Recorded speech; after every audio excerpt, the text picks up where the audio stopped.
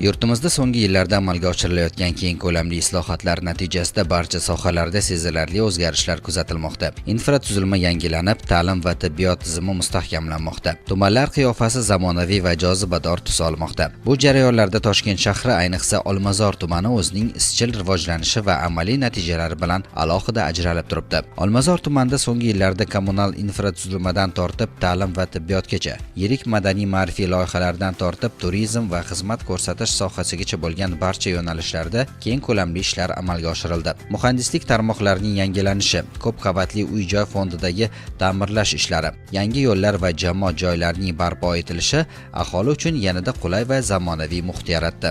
Olmazor tumanida 2023-2026 yillar davomida infratuzilmani yaxshilash borasida amalga oshirilgan ishlar.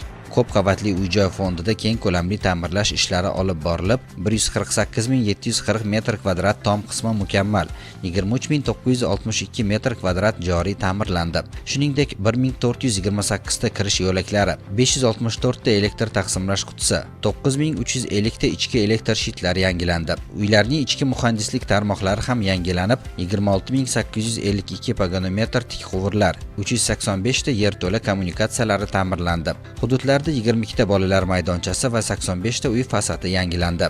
38.300 metr kvadrat trotuarlar va 9.650 pagonometr atmoskalar ta'mirdan chiqarildi. Suv va kanalizatsiya tizimida ham sezilarli ishlar amalga oshirildi. 12.4 kilometr suv tarmoqlari yangilandi. 54.8 kilometr kanalizatsiya tarmoqlari ta'mirlandi. 1.183 kilometr oqova tarmoqlari mukammal ta'mirdan chiqarildi. Yuzlab quduq va uskunalar yangilandi. Issiqlik ta'minoti sohasida 15.6 kilometr quvurlar almashtirildi. 48 kilometr izolyatsiya tiklandi. 82.9 kilometr tarmoqlar ta'mirlandi. Shuningdek, qozonxonalar modernizatsiya qilindi. Gaz va elektr ta'minotida ham muhim yangilanishlar amalga oshirildi. 62.6 kilometr tarmoqlar yangilandi. 235 ta transformator punktlari mukammal ta'mirlandi. 372 kilometr elektr tarmoqlari ta'mirdan chiqarildi.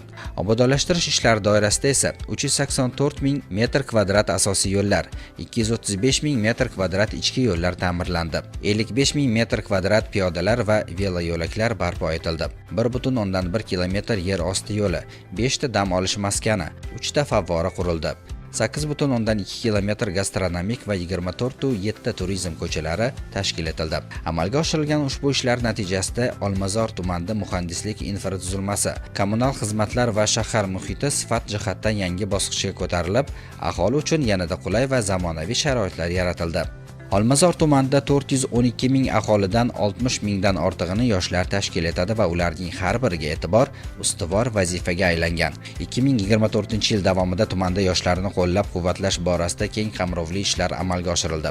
Yoshlar daftariga kiritilgan 450 nafar yoshning 425 nafariga amaliy yordam ko'rsatilib, hayotda o'z o'rnini topishga ko'maklashildi. Alohida e'tibor talab etilgan 322 nafar yosh bilan manzilli ish olib borilib, ularning 231 ta muammosi hal etildi. Bugungi kunda tumanda maktabgacha va maktab ta'limi bo'limi tasarrufida jami 89 ta ta'lim muassasasi faoliyat yuritmoqda. 2023-2024 o'quv yilidagi 3664 nafar bitiruvchidan 2524 nafar, ya'ni 69% oliy ta'lim muassasalariga o'qishga kirgani ta'lim tizimi samaradorligini yaqqol ko'rsatadi. Shuningdek, 2023-2024 yillar davomida 1140 nafar yoshning bandligi ta'minlandi. Ta'lim sifatini oshirish maqsadida 368 nafar xorijiy til o'qituvchisidan 101 nafari C1, 141 nafari B2 darajali xalqaro sertifikatlarga ega bo'lib, bu ko'rsatkichlar yoshlarning zamonaviy bilim olishi uchun mustahkam zamin yaratmoqda. Yoshlar bilan manzilli ishlash tizimi ham samara bermoqda. Yoshlar daftariga kiritilgan 450 nafar yoshning 425 nafariga amaliy yordam ko'rsatilib, ular muammolaridan chiqarildi. Alohida e'tibor talab etuvchi 322 nafar og'ir toifadagi yoshlar bilan ish olib borilib, 231 ta muammo hal etildi. Jumladan 23 nafari ish bilan ta'minlandi. 48 nafari sog'lomlashtirildi. 41 nafari ta'limga qaytarildi. 53880 nafar o'quvchi tahsil olayotgan tumanda 2024-yil bitiruvchilarining 69% oliy ta'lim muassasalariga qabul qilindi. Bu raqamlar bilimga bo'lgan ishtiyoq va yaratilgan imkoniyatlar samarasi. 2025-yilga mo'ljallangan rejalar natijasi yanada ulkan. Bitiruvchilarning 75%ni oliy ta'limga qamrab olish, 650 nafar yoshni ish bilan ta'minlash, minglab yoshlarni sport va tanlovlarga jalb qilishdir. Olmazor tumanida yoshlarni qo'llab-quvvatlash, ta'lim sifatini oshirish va ijtimoiy rivojlantirish borasida amalga oshirilayotgan ishlar o'zining aniq natijalari bilan ahamiyatlidir. Olmazor tumanida sog'liqni saqlash tizimini modernizatsiya qilish, aholiga ko'rsatilayotgan tibbiy xizmatlar sifatini oshirish borasida 2024-2025 yillarda salmoqli ishlar amalga oshirildi. 2024-yilda tashabbusli budjet doirasida 16 ta loyiha g'olib deb topilib, sohaga jami 15 milliard 193 million so'm mablag' yo'naltirildi. Ushbu mablag'lar hisobiga tibbiyot muassasalari, zamonaviy uskunalar, UZD, EKG, raqamli rentgen apparatlari, fizioterapiya jihozlari, avtoklavar, IEG va boshqa tibbiy qurilmalar bilan ta'minlandi. Shu bilan birga raqamlashtirish jarayonlari izchil amalga oshirilib, MedHub tizimidan Demet elektron platformasiga o'tish ta'minlandi. Natijada elektron navbat, onlayn yo'llanmalar, tug'ilish va o'lim holatlarini ro'yxatga olish tizimi joriy etildi. Tibbiyot muassasalari infratuzilmasini yaxshilashga ham alohida e'tibor qaratildi. Jumladan 18-oilaviy poliklinikada joriy ta'mirlash ishlari bajarildi. 20-oilaviy poliklinikada esa kapital ta'mirlash ishlari boshlandi. 2025-yilda bu ishlar yanada keng ko'lamda davom ettirildi. Sog'liqni saqlash vazirligi tomonidan 319 ta kompyuter, 34 ta printer, 12 ta infokiosk, 75 ta smart televizor, 99 ta skaner, 31 ta termoprinter, 37 ta Wi-Fi qurilmasi, 40 ta web kamera va boshqa zamonaviy IT jihozlar ajratildi. Shuningdek, tuman tibbiyot birlashmasi tomonidan qo'shimcha ravishda 216 ta post printer xarid qilindi. Tibbiy xizmatlar sifatini yanada oshirish maqsadida 16-oilaviy poliklinikaga 1,5 milliard so'mlik zamonaviy mammografiya uskunasi olib kelindi. Tibbiyotda 90 kunlik o'zgarishlar va toza qo'llar dasturlari doirasida esa tibbiyot muassasalarida sanitariya-gigiyena sharoitlari yaxshilanib, qulay kutish joylari tashkil etilmoqda. Shu bilan birga 20-oilaviy poliklinikadagi kapital ta'mirlash ishlari yakunlanish arafasida. Amalga oshirilayotgan ushbu ishlar natijasida Olmazor tumanida tibbiy xizmatlar sifati yangi bosqichga ko'tarilib, aholi uchun qulay va zamonaviy tibbiy muhit shakllanmoqda. Olmazor tumanida Obod mahalla davlat dasturi doirasida 2023-2026 yillar davomida mahallalar qiyofasini tubdan yangilashga qaratilgan keng ko'lamli ishlar amalga oshirilmoqda. Xususan Oltinsoy, Sebzor, Islomota, Shifokorlar, Mustaqil yurt, Shon-shuhrat, Xislat va Ziyo mahallalarida muhandislik va obodonlashtirish ishlari izchil olib borildi. Jami 24640 vagonometr sug'orish tarmoqlari o'rnatilib, 8 ta quduq qazildi. 34200 kvadrat metr yashil hudud barpo etildi. Ko'p qavatli uy-joy fondida 38190 kvadrat metr tomlar ta'mirlandi. 14226 ta uy fasadlari yangilandi. Shuningdek, mahallalarda 7 ta stadion, 12 ta sport maydonchasi, 14 ta bolalar maydonchasi qurilib, aholi uchun yangi dam olish va sport maskanlari yaratildi. Qo'shimcha ravishda 5 ta xiyobon, 38 ta dam olish ayvonchasi, 2 ta amfiteatr, 1 ta nuroniylar maskani tashkil etildi. Muhandislik tarmoqlarini tiklash doirasida 6809 vagonometr irrigatsiya tarmoqlari ta'mirlandi. 16924 vagonometr beton bordyurlar o'rnatildi.